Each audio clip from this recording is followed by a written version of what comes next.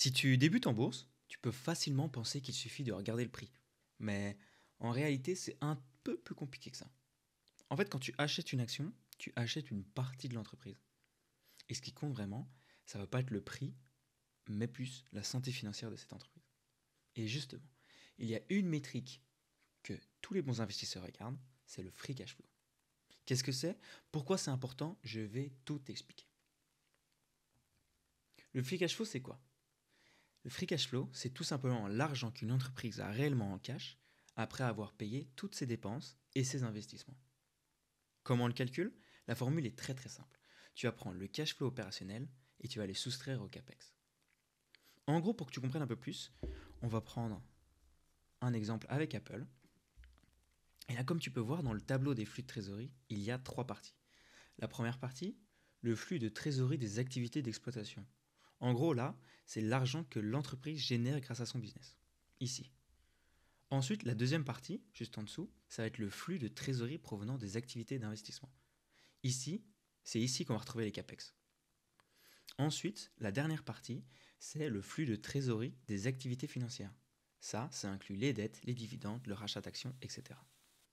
Mais en gros, nous, ce qui nous intéresse pour le free cash flow, c'est le flux de trésorerie provenant des activités d'exploitation et la première ligne des flux de trésorerie provenant des activités d'investissement. Mais d'abord, à quoi ça sert le free cash flow? Ça sert à quatre choses principalement. Ça va permettre de racheter ses propres actions, de faire des acquisitions, du coup acheter d'autres entreprises pour se développer. Ensuite, ça peut permettre aussi de payer des dividendes quand il y en a un, du coup rémunérer directement les actionnaires. Et en 4, ça permet de rembourser les dettes. En gros, nous, on va te remontrer exactement ce qu'on regarde. Avec toujours le même exemple, Apple. Ce qui nous intéresse, c'est que le free cash flow augmente sur les 5 dernières années.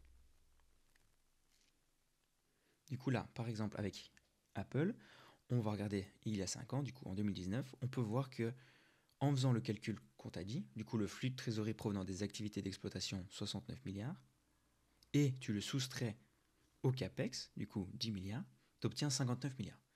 Mais maintenant, si tu le compares à 2024, tu fais 118 milliards moins 9 milliards, ça te fait 109 milliards.